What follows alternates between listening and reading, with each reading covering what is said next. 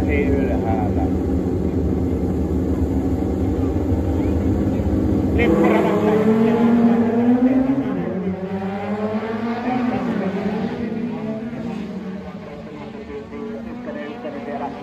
takana hänellä ja ottaa ykköspaikan. Ottaa väkisin ykköspaikan siinä. Kakkospaikasta käydään sitten vääntöä oikein viimeisen päälle, eli siinä on tuo Norsunpaska kakkosena menossa, eli tuo 126 Fiat, kun siellä numero 8 Henri Halonen ykkösenä, 36 Tommi Savela olla sitten moottorikerrokantta urheiluautolla Puutto Racing Fiatilla pitää tuota kakkospaikkaa, mutta häntä härnää siellä Kasperi Laitinen, Pihtiputaan kaveri oikein viimeisen päälle, joka on erittäin hyvä kuljettaja.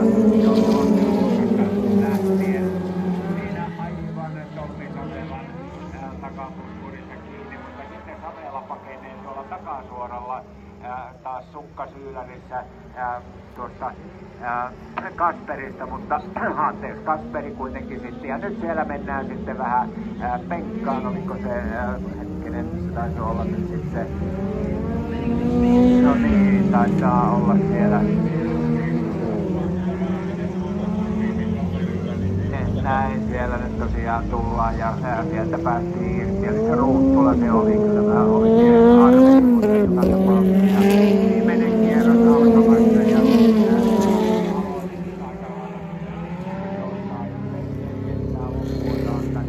hän on viemässä tämän Äänekosken urheiluautoilijan 40 vuotta juhlakinaan yleisen luokan voiton tuplalipuun. Siellä on todella pahassa paikassa nyt tuo auto tuossa, tai en tiedä onko tuo niin paha paikka, harvaan tuolta linjasta on kyllä ajanut, mutta kaikkia saattaa sattua, vauhti pois tuplalipuulla sitten uruun.